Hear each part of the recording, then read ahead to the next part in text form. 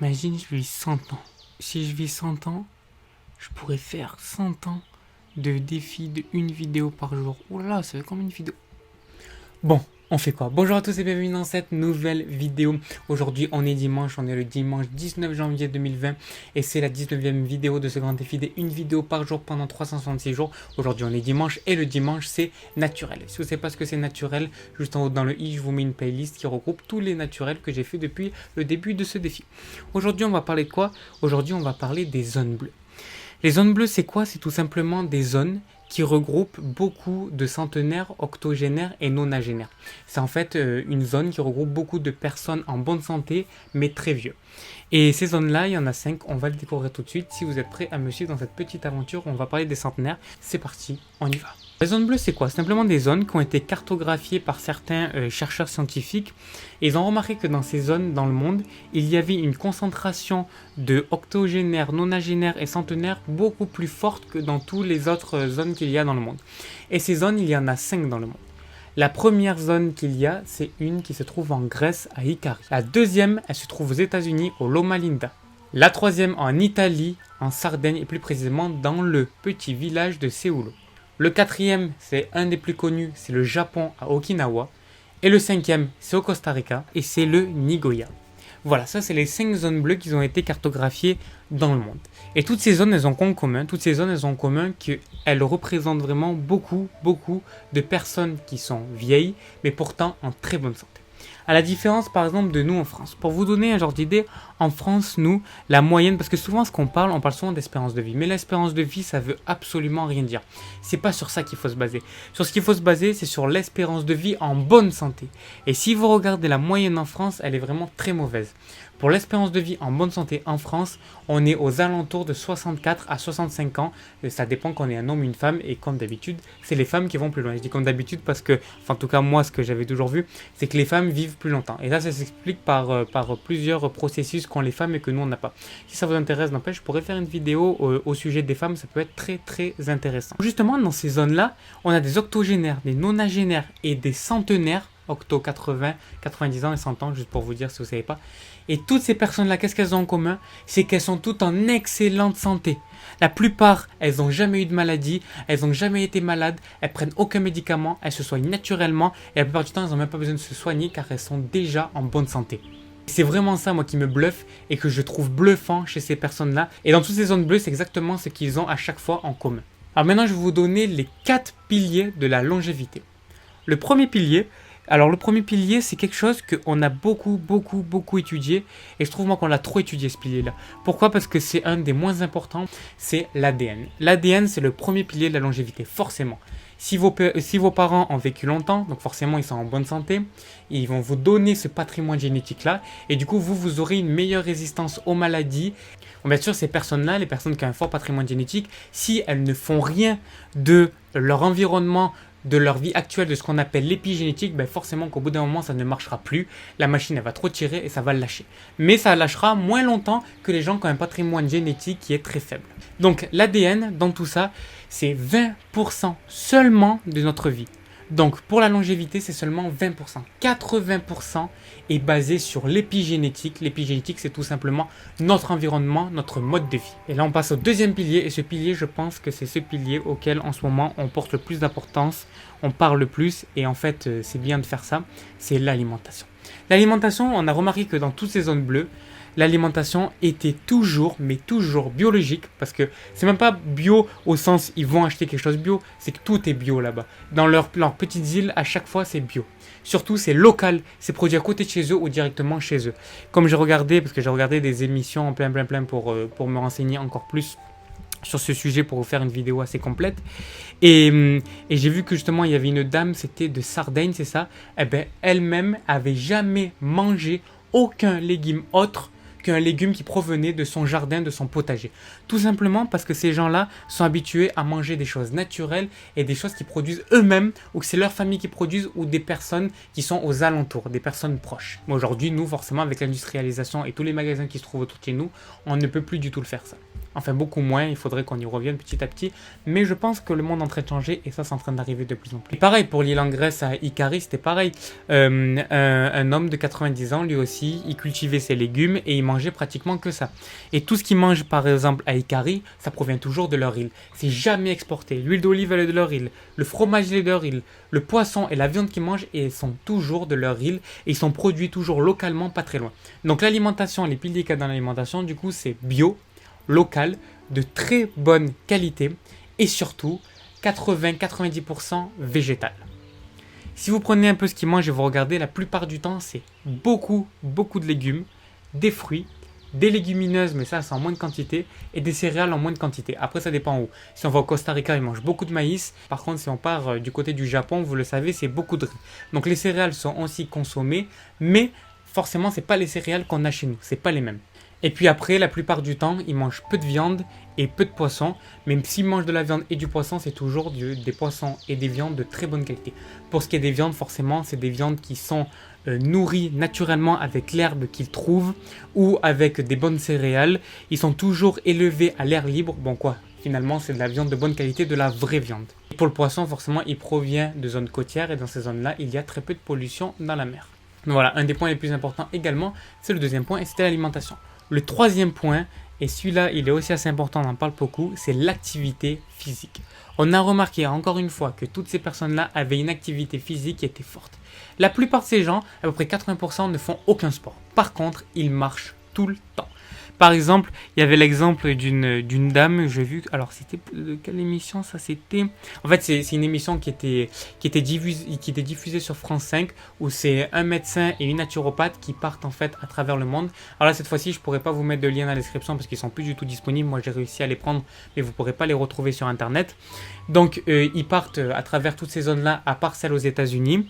Ils vont voir donc les centenaires directement. Et franchement, je remercie France 5 et ce documentaire, ce qui m'a appris énormément de choses. Et on y voit au Japon, à Okinawa, qu'il y a une petite dame, 101 ans, donc petite dame oui, mais niveau de l'âge, c'est pas si petit que ça, 101 ans, qui prenait son vélo et qui le poussait à 101 ans. Elle était hyper souple, elle avait la dextérité, elle arrivait à bouger, mais vraiment très bien, elle n'était pas toute comme ça, courbée et tout, elle arrivait vraiment à bouger, à se déplacer, et ça c'était vraiment bluffant. Et tous les jours, elle faisait ce petit trajet entre son potager et un restaurant où elle allait livrer en fait toutes les herbes parce qu'elle était herboriste. Herboriste, c'est quand vous vendez des herbes médicinales.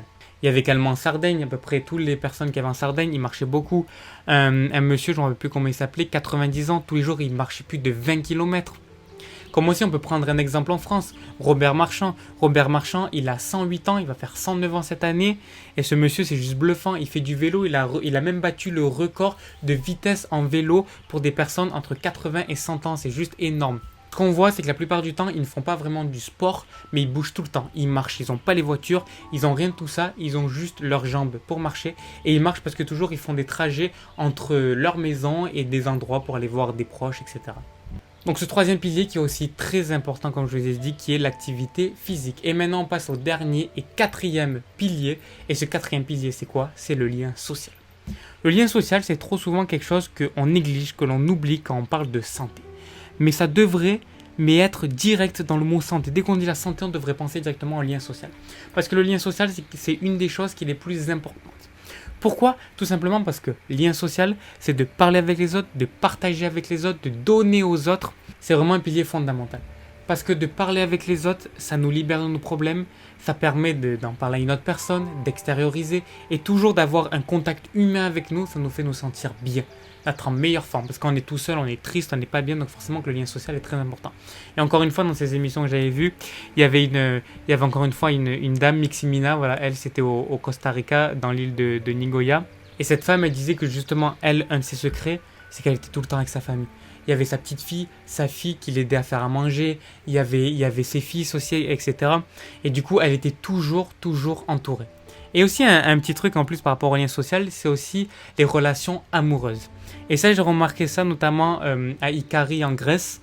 Il y avait deux personnes, donc c'était 87 ans et le monsieur 90 ans, et ils avaient encore une activité sexuelle. Ils pratiquaient encore ça, et ils avaient encore de la libido, ils avaient encore tout ça, et ils pouvaient encore le faire sans aucun médicament, sans Viagra et tout ça, bien sûr. Il n'y a pas ça chez eux, et surtout qu'ils n'en ont pas besoin parce qu'ils sont en excellente santé, donc ils arrivent encore à avoir des relations sexuelles. Franchement, ça c'est un des piliers, moi, qui m'a complètement bluffé quand j'ai vu ça, qu'ils pouvaient encore avoir une activité sexuelle, et en plus plusieurs fois par semaine, ça m'a vraiment choqué. Et justement, le docteur, il parlait à des chercheurs, et eux, il disait que c'était un de leurs secrets, et si vous leur en parlez justement aux habitants, ils vont vous dire que oui, ils le font beaucoup et très souvent. Donc par rapport au lien social, je disais, Miximina, par exemple, elle était tout le temps avec ses proches, elle faisait à manger avec ses proches, elle parlait avec ses proches, tous ses problèmes, etc. Pareil pour la petite dame, je vous ai dit, avec son vélo, elle pareil, quand elle allait au restaurant, elle parlait avec cette dame tous les jours, elle buvait un petit thé avec elle, ils échangeaient, ils parlaient de la vie, etc. Et surtout aussi, c'est de donner, le partage, de donner aux autres. Finalement, même si on le fait indirectement, on va recevoir autant que ce que l'on a donné à la personne. Et ça, c'est pareil, j'ai vu aussi ça dans une émission. C'était une Française qui avait 100 ans et elle disait que ce qu'elle faisait le plus cher de son temps et tout son temps, ce qu'elle faisait, c'était donner aux autres. Et finalement, on reçoit. On reçoit indirectement ou directement, mais même si c'est pas dans l'optique de recevoir, c'est juste fabuleux de pouvoir donner aux autres et surtout d'aider les autres. Voilà, c'est les 4 piliers de longévité et un peu le secret de toutes ces zones bleues. Maintenant, avant de finir la vidéo, je voulais vous parler aussi de quelque chose. C'est des recherches scientifiques qui ont été faites il n'y a pas très longtemps. C'est des Espagnols qui ont découvert ça, que finalement, en fait, on n'est pas fait pour vivre 100 ans. Ils ont remarqué qu'on avait un gène en nous qui nous permettrait de vivre entre 400 et 500 ans. Et pourquoi on ne vit pas entre 400 et 500 ans ? Bon, bien sûr, ça prend à la légère, il n'y a eu qu'une seule étude scientifique, donc ça ne suffit pas pour se baser sur ses propos. Mais en tout cas, c'est très intéressant parce que cette personne-là, ce chercheur, il dit que finalement, si on n'arrive pas à vivre autant de temps, c'est parce que dans notre cerveau, on fait que se dire qu'on ne pourra pas vivre plus de 80 ans. Et le plus long pour nous, ça serait 100 ans. Et après 100 ans, c'est plus possible. Donc c'est déjà une des premières choses qui fait qu'on n'arrive pas à vivre aussi longtemps. Et surtout, tout notre mode de vie qui est complètement bousculé, qui nous permet forcément pas de vivre aussi longtemps. Et même on a vu que même à 100 ans, c'est de plus en plus dur à y arriver. Alors imaginez 500 ans. Mais il a dit que maintenant avec les recherches génétiques qui est faites et tout ça, il pourrait même manipuler et modifier des gènes qui nous permettraient de vivre aussi longtemps. Mais ça, c'est une clé vraiment pour moi de voir ça. Parce que il y a plusieurs années, j'avais vu quelque chose d'un homme qui vivait au Japon, je crois, un truc comme ça. Bon, enfin, en tout cas, dans un pays asiatique. Et qui avait vécu 256 ans. Et ça, c'est une info qui a fait bousculer Internet et beaucoup de monde n'y croyait pas. Et moi, je sais pas pourquoi, mais depuis le début, j'y croyais. Je me suis dit que c'est possible. C'est pas parce qu'on l'a jamais vu que c'est pas possible. Moi, je me base surtout sur ces choses-là. Et surtout tout ce qu'il racontait, de tout son mode de vie, de tout ce qu'il faisait. On poussait à croire que c'était vrai, justement. Moi, en tout cas, je pense que c'est vrai. Après, bien sûr, la plupart des gens n'y croient pas et c'est totalement normal. Et donc également j'ai découvert, et en plus cette personne-là, on a découvert des vraies preuves qui disaient qu'il avait vraiment cet âge-là. Parce qu'on a remarqué que, ouais c'est ça, c'est en Chine, c'est un chinois. On a remarqué qu'en Chine, il y avait des documents où il fêtait son 150e anniversaire et son 200e anniversaire. Et ça c'est la Chine qui possédait ces documents, donc c'est pas des documents mensongers. Et puisqu'on n'a pas vraiment ces papiers, on n'a pas vraiment les documents officiels qui proclament ça, du coup on peut pas dire que c'est vrai. Pareil pour une dame aussi. C'est une Indonésienne. Cette Indonésienne, elle est morte à 159 ans. Elle est morte en 2012. C'était pareil également. Elle avait carrément... Non, elle avait ses papiers. Non, elle avait pas ses papiers. Elle les avait brûlés parce que par rapport... je crois qu'il y avait eu une genre de dictature où ils étaient obligés de voter pour les socialistes et elle ne voulait pas. Bon, bref. En tout cas, il y avait quelque chose qui faisait qu'elle avait brûlé ses papiers. Et du coup, ils ne retrouvaient pas ça. Par contre, ce qu'on pouvait dire et ce qu'on pouvait affirmer, c'est qu'elle avait une fille qui avait 108 ans. Une fille adoptive de 108 ans. Donc forcément, si elle a une fille de 108 ans, c'est obligé qu'elle avait minimum 130 ans. Et puis un autre homme, je crois que c'est également un Indonésien ou un Indien, je ne me rappelle plus, 145 ans. Alors là, c'est vraiment juste bluffant, encore une fois, 145 ans. Et lui, il avait ses papiers d'identité. Il avait sa carte, mais encore une fois, je ne sais pas pourquoi ils n'ont pas voulu dire que c'était réel. Et moi, toutes ces histoires et toutes ces personnes-là, je pense que c'est vrai. Et toutes ces personnes que je vous ai parlé, je vous mets des liens dans la description, des articles qui parlent un peu de ces personnes-là, si ça vous intéresse. Bon, en tout cas, que ça soit vrai ou pas, c'est une histoire de croyance, ça ne changera rien au monde.